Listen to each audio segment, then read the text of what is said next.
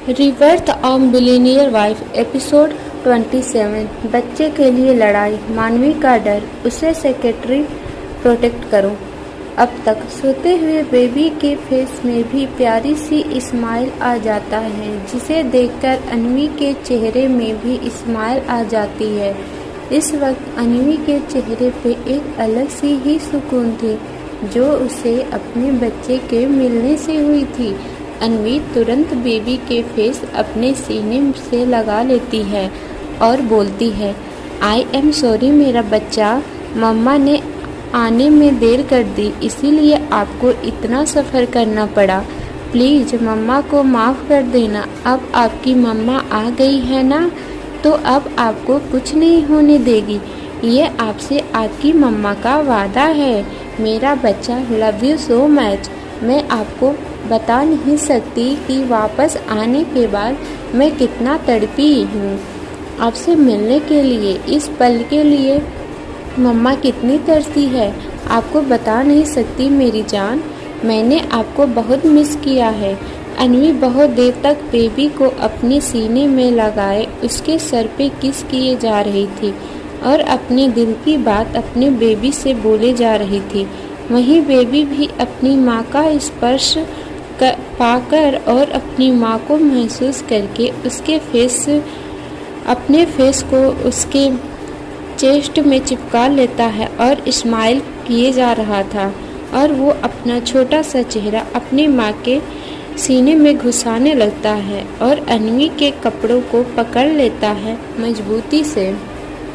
अब आगे अन्वी अभी अपने बेबी के साथ बिजी ही थी कि तभी उस कमरे की लाइट ऑन होता है, जिसे देखकर अन्वी और सुहानी दोनों ही चौंक जाते हैं। अन्वी जल्दी से अपने बेबी को अच्छे से पकड़ के अपने सीने से लगा के तुरंत बेड से उठ जाती है और सामने देखती है जहाँ पे एक औरत खड़ी थी। वो औरत बच्चे को अन्वी के हाथों में देखकर चिल्लाते हुए बोलती है, कौन हो तुम दोनों और तुमने मेरे बच्चे को क्यों ले रखा है? वापस दो मुझे मेरा बच्चा। चोर कहीं की, नहीं तो अभी मैं पुलिस को बुलाऊंगी। तुमने मेरे बच्चे को चुराने की कोशिश की, दो मुझे मेरा बच्चा। इतना बोलकर वो औरत अन्वी के पास आके बेबी को छीनने के लिए आगे बढ़ने लगती है। अन्वी को उस औरत की बात सुनकर बहुत ही ज़्यादा गुस्सा आता ही है, जब वो बार बार उसके बच्चे को अपना बच्चा बोल रही थी। अन्वी तुरंत अपने बच्चे को टाइट पकड़ लेती है, जिससे वो औरत उससे उसका बच्चा छीन न पाए। फिर अपनी गुस्से भरी आवाज़ में बोलती है, खबरदार जो एक और बार मेरे बच्चे को अपना बच्चा कहा तो मैं तेरा वो हाल करूँगी ना जो तू कभी सोच भी नहीं सकती है। इतना बोलकर अन्वी उस औरत के घुटने के बाद एक लात मारती है, जिससे वो औरत नीचे जमीन में गिर जाती है और अपने पैर को पकड़ लेती है। अभी अन्वी थोड़ी शांत हुई ही थी कि तभी तेजी से कुछ लोग उसकी तरफ आते हैं। अन्वी कुछ रिएक्ट कर पाती कि उससे पहले ही सुहानी अन्वी के सामने आके खड़ी हो जाती है और अन्वी को थोड़ा कुछ करके साइड कर देती है। अगले ही पल सुहानी की एक चीख निकल जाती है। वहीं दूसरी तरफ बनारस में अनु अपनी माँ के कहने पे न चाहते हुए भी उससे जाना पड़ता है मानवी को लेने। अनु ऊपर जाती है और एक छोटे से कमरे के बाहर रुकती है, जो बाहर से बंद था। अनु कमरे का दरवाज़ा खोलती है और अंदर जाती है, जहाँ पूरा कमरा ही अंधेरा था। उजाले के नाम पे वहाँ पे सिर्फ एक मोमबत्ती ही जल रही थी, जो उसी ने चुपके से यहाँ पे रखी थी, क्योंकि उसे पता था कि उसकी मानवी दीदी को अंधेरे से डर लगता था। वहीं दरवाज़ा खुलने की आवाज़ से अंदर बैठी लड़की डर जाती है और मोमबत्ती को तुरंत बुझा देती है। वहीं अब अनु कमरे को अंधेरा होते देखती है तो वो अंदर आके तुरंत बोलती है, दीदू ये मैं हूँ अनु, आप डरो मत, जला लो मोमबत्ती। को, माँ यहाँ पे नहीं है, वो अभी नीचे है। अनु के इतना बोलते ही वो लड़की माचिस से मोमबत्ती को जलाती है। अगले ही पल कमरे में फिर से हल्का सा उजाला हो जाता है और उस पीली रोशनी में एक खूबसूरत सी लड़की का चेहरा दिखाई देने लगता है। वो लड़की दिखने में बहुत ही खूबसूरत थी, लेकिन इस वक्त उसके चेहरे पे सिर्फ डर दिखाई दे रहा था। वो लड़की डरी सहमी सी बैठी हुई थी, लेकिन जब वो अनु को देखती है तो चैन की सांस लेती है।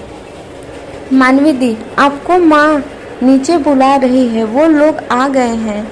वही कपूर इंडस्ट्री में सात्विक की बात सुनकर रजत गुस्से से उसे देखता है और फाइल्स लेकर कैबिन से निकल जाता है। सात्विक बस उसे देखता ही रहता है, फिर खुद से ही बोलता है, इसे क्या हुआ, मुझे इस तरह गुस्से से देखकर क्यों गया कैबिन से। फिर एकांश की तरफ देखकर बोलता है, एकांश ये बता तूने मुझे क्यों बुलाया है इतनी जल्दी। वो अभी बोल ही रहा था कि एकांश उसे सीधे एक फाइल पकड़ा देता है। सात्विक मुंह बना के फाइल ले लेता है और उसे रीड करने लगता है। जैसे जैसे फाइल रीड करता है उसके फेस एक्सप्रेशन चेंज होने लगते हैं। कुछ देर बाद सात्विक चला जाता है। एकांश अपने काम करने में ही बिजी था। तभी उसका फोन रिंग करता है, जिसे सुनकर एकांश अपना फोन उठा के कॉल पिक करता है। उधर से कुछ कहा जाता है, जिसे सुनकर एकांश बोलता है, तुम सेक्रेटरी प्रोटेक्ट करो, ध्यान रहे उन्हें कुछ पता ना हो। इतना बोलकर कॉल कट कर देता है। क्या हुआ सुहानी को, आखिर क्यों चीखी सुहानी और क्यों आए विनोद को देखकर मानवी के आंखों में डर। आखिर किसका कॉल आया था एकांश को और वो किसे प्रोटेक्ट करने को बोल रहा था। सभी सवालों के जवाब जानने के लिए हमारे साथ बने रहें अगले चैप्टर में। एपिसोड 28। हमें ये बच्चा कचरे के डिब्बे के पास मिला था। बेबी का अन्वी को देख खिलखिला के हंसना।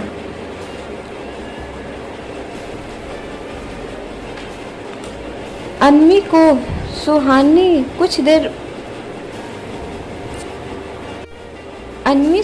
के पुश करने से साइड हो जाती है। उसे कुछ समझ नहीं आ रहा था कि अचानक हुआ क्या। अन्वी जब अपना सर उठा के देखती है तो सुहानी दर्द में अपने हाथ को पकड़े हुए खड़ी थी और साइड में ही एक मोटा सा डंडा पड़ा हुआ था। अन्वी जब उस मोटे से डंडे को देखती है तो समझ जाती है कि सुहानी को बहुत जोर से लगी होगी। ये देखकर अन्वी को बहुत ही गुस्सा आता है उस इंसान पर जिसने ये इतना बड़ा और मोटा डंडा फेंका उस पर। अन्वी गुस्से में उस तरफ देखती है जिस डायरेक्शन से ये आया था। वहाँ पे एक अधेड़ उम्र की औरत खड़ी थी। वहीं सुहानी जब उस औरत को देखती है तो पहचान जाती है कि वह कौन है। सुहानी अन्वी से उस औरत को देखते हुए ही अन्वी से बोलती है, अन्वी ये ओल्ड लेडी वही है जिन्होंने हमारे बेबी अपना पोता कहा था। वो औरत अंकी और अन्वी और सुहानी की तरफ आते हुए बोलती है, ए लड़की बच्चे को वापस दे, नहीं तो तुम दोनों का वो हाल करूंगी कि तुम दोनों सोच भी नहीं सकते हो। फिर किसी को आवाज लगाते हुए, श्याम चेतन कहाँ मर गए या आओ जल्दी। औरत के बोलते ही दो हट्टे कट्टे से आदमी आ जाते हैं और औरत के पास खड़े हो जाते हैं और अपने मसल्स दिखा के अन्वी और सुहानी को डराने की कोशिश करने लगते हैं। वहीं उन दोनों को देखकर उस औरत के चेहरे पे एक घमंड भरी सी स्माइल आ जाती है और वो अन्वी को डराते हुए बोलती है, ए लड़की अभी भी वक्त है, निकल जा बच्चे को यहाँ रखकर, नहीं तो फिर जो भी होगा तुम दोनों के साथ उसकी जिम्मेदारी सिर्फ तुम दोनों की ही होगी, इसलिए समझा रही हूँ, चली जाओ तुम दोनों यहाँ से। वहीं जब अन्वी उस औरत की बात सुनती है तो उसे गुस्सा आता है उस औरत पर, लेकिन फिर वो हंसते हुए बोलती है, नहीं तो क्या कर लोगी, आप बोलिए, हम नहीं जाएंगे यहाँ से अकेले, समझे आप। अगर जाएंगे भी ना तो बेबी को अपने साथ ही लेकर जाएंगे। आपको करना है वो करो, मैं यही हूँ ये देखने के लिए कि आप क्या कर लेंगी हमारा। ये सब अन्वी बहुत ही अरोगेंटली बोलती है, जिसे सुनकर औरत को बेहद ही गुस्सा आ जाता है और वो अपने दोनों चमचे को गुस्से से बोलती है, निकम्मो खड़े क्या हो, बच्चे को छीन के लाओ उस लड़की से। इतना बोलकर वो औरत दोनों चमचों में से एक को आगे अन्वी की तरफ धक्का देती है। उस आदमी का नाम श्याम था। वो बहुत बेहद ही एटीट्यूड के साथ अन्वी के तरफ आगे बढ़ता है और अन्वी के पास आके बड़े ही घमंड से बोलता है, देखो तुम बहुत ही दुबली पतली सुखड़ी सी लड़की हो, मेरे एक पंच से तुम्हारी सारी हड्डियां टूट जाएंगी, इसीलिए शांति से एक बार फिर बोल रहा हूँ, बच्चे को हमें दे दो, नहीं तो। इतना ही बोला था कि उसके फेस पे एक जोरदार पंच पड़ता है, जिससे उसका फेस दूसरी तरफ हो जाता है और उसके गाल भी एकदम सूज जाते हैं। इससे ये अंदाजा लगाया जा सकता था कि पंच कितने जोरों का लगा होगा उस आदमी को। वो आदमी अपना मुंह पकड़ के सामने देखता है, जहाँ पे अन्वी पहले से ही उसे देख ही रही थी। वो आदमी गुस्से से बोलता है, तेरी इतनी हिम्मत हो गई कि तूने मुझे पंच मारी, रुक अभी तुझे बताता हूँ। बहुत गर्मी हो गई है ना तेरे अंदर, अभी निकालता हूँ तेरी सारी गर्मी। इतना बोलकर वो आदमी अन्वी की तरफ बढ़ता है। वो अन्वी को छू भी पाता कि उससे पहले ही अन्वी वहाँ से मूव होती है और फिर घूम के एक लात उस आदमी को मारती है, जिससे इस बार वो आदमी नीचे गिर जाता है। अन्वी उस आदमी की अच्छी खासी पिटाई कर देती है, जिसे देखकर वो औरत जिसे अन्वी ने किया था, पहले वो औरत अन्वी से डर के एक कोने में बैठ जाती है। वहीं वो दूसरा आदमी जिसका नाम चेतन था, वो भी अन्वी के डर के साइड में चला जाता है, जहाँ पे वो पहले मार खाई हुई औरत थी। श्याम वहीं अधमरी हालत में नीचे पड़ा हुआ था। वहीं वो अधेड़ उम्र की औरत भी हक्की बक्की हो गई थी, लेकिन वो अपने डर को काबू करते हुए चेतन से थोड़े गुस्से से डांट तो पीसते हुए बोलती है, चेतन तू वहाँ पे क्यों लड़की की तरह छुपा बैठा है, बोल वो भी इस दुबली पतली लड़की से, जा इस लड़की को सबक सिखा। ये बोलकर वो अधेड़ उम्र की औरत चेतन को अन्वी से लड़ने के लिए फोर्स करती है, लेकिन चेतन अन्वी से फाइट करने के लिए रेडी ही नहीं होता है और अपनी डरी हुई आवाज़ में बोलता है, अम्मा क्या तुम्हें दिखाई नहीं देता कि इस दुबली पतली लड़की ने ही श्याम का ये हाल कर दिया है और अब आप चाहती हैं कि मैं ये सब देखने के बाद भी इससे लड़ूं और श्याम भैया की तरह अपनी हड्डियां तुड़वाऊं। नहीं, मैं खुद अपने पैर में कुल्हाड़ी नहीं मारने वाला हूँ। इतना है तो आप खुद ही जाइए लड़ने, मुझसे नहीं होगा। ये बोलकर वो वहीं कोने में बैठ जाता है और अन्वी की तरफ देखकर बोलता है, दीदी आपको जो करना है वो आप कीजिए, लेकिन प्लीज़ हमें कुछ मत करिएगा, क्योंकि अगर हमें कुछ हो गया तो फिर गांव में हमारी बीबी बच्चे का क्या होगा। दीदी प्लीज़ हमें मत मारना, अब से कभी भी ये सब मारपीट लड़ाई झगड़े नहीं करेंगे, प्लीज़ हमें एक बार छोड़ दो। उस आदमी यानी चेतन की बात सुनकर अन्वी बोलती है, ठीक है मैं तुम्हें छोड़ दूंगी, पहले ये बताओ कि तुम्हें मेरे बेबी को किसके कहने पर किडनैप किया है।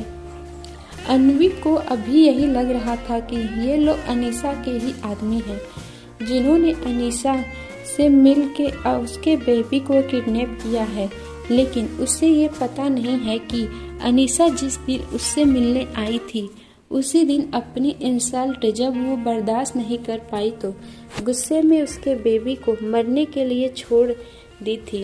वहीं वो आदमी जब अन्वी की बात सुनता है तो बोलता है, दीदी हमने बच्चे को किडनैप नहीं किया है, बल्कि ये बच्चा हमें मिला है। हमें बस एक बच्चे की ज़रूरत थी, क्योंकि हमारी बहन अपने बाजू में इशारा करके बच्चा होने से पहले ही एक एक्सीडेंट में मर गया और अब वो माँ भी नहीं बन सकती है। जीजा जी अभी बाहर काम पे गए हैं। अभी इनके ससुराल वालों को भी इस बारे में नहीं पता है। कहीं जीजा जी इन्हें छोड़ ना दें, इसीलिए हमने उन्हें कुछ नहीं बताया। बस हम एक छोटे बच्चे की तलाश कर रहे थे जिसे हम दीदी का ही बच्चा है ये बता सकें। तभी ये बच्चा हमें एक कपड़े की डिब्बे के पास में मिला रोते हुए, लेकिन तब इसकी तबीयत खराब थी, इसीलिए तब हम इसे हॉस्पिटल ले गए ताकि बच्चा ठीक हो जाए। फिर हम इसे ही दीदी के ससुराल वालों को बता देंगे कि ये उनका ही पोता है। लेकिन वहाँ की नर्स को पता चल गया था कि ये हमारा बच्चा नहीं है, तो वो बच्चे को हमें देने के लिए तैयार नहीं थी। तब हमने उस नर्स को कुछ पैसे दिए, क्योंकि एक यही बच्चा था जिससे मेरी दीदी का घर टूटने से बच सकता था। वो नर्स पैसे लेकर मान गई और बच्चे को वापस दे दी हमें। लेकिन आते वक्त हमें रास्ते में पुलिस दिख गई थी। उस वक्त हम डर गए थे, इसीलिए बच्चे को हमने झाड़ियों के पीछे छुपा दिया था। लेकिन बाद में जब मेरा भाई गया तो वहाँ पे पता नहीं कहाँ से एक छोटा पप्पी और एक लड़की आ गई। तब अम्मा ने लड़की का ध्यान भटकाने के लिए थोड़ा नाटक की, जिससे इस लड़की को यकीन हो गया कि बच्चे और उस पप्पी को अम्मा अपने साथ ले आई।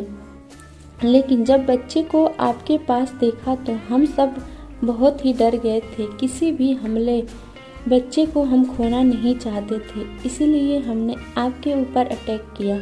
इतना बोलकर चेतन चुप हो गया था। उसकी बाजू में खड़ी औरत भी रोने लगती है, अपना फेस अपने पल्लू में छुपा के। वहीं अन्वी जब ये बात सुनती है तो उसे बहुत बड़ा झटका लगता है, ये सोचकर कि अनीसा उसके बेबी को मरने के लिए छोड़ दी थी। अगर ये लोग नहीं होते तो पता नहीं उसके बच्चे का क्या होता। अन्वी की आंखों से आंसू बहने लगते हैं ये सब सोचकर। अन्वी अभी सोच ही रही थी कि तभी उसे अपने गले के पास कुछ गीला गीला महसूस होता है।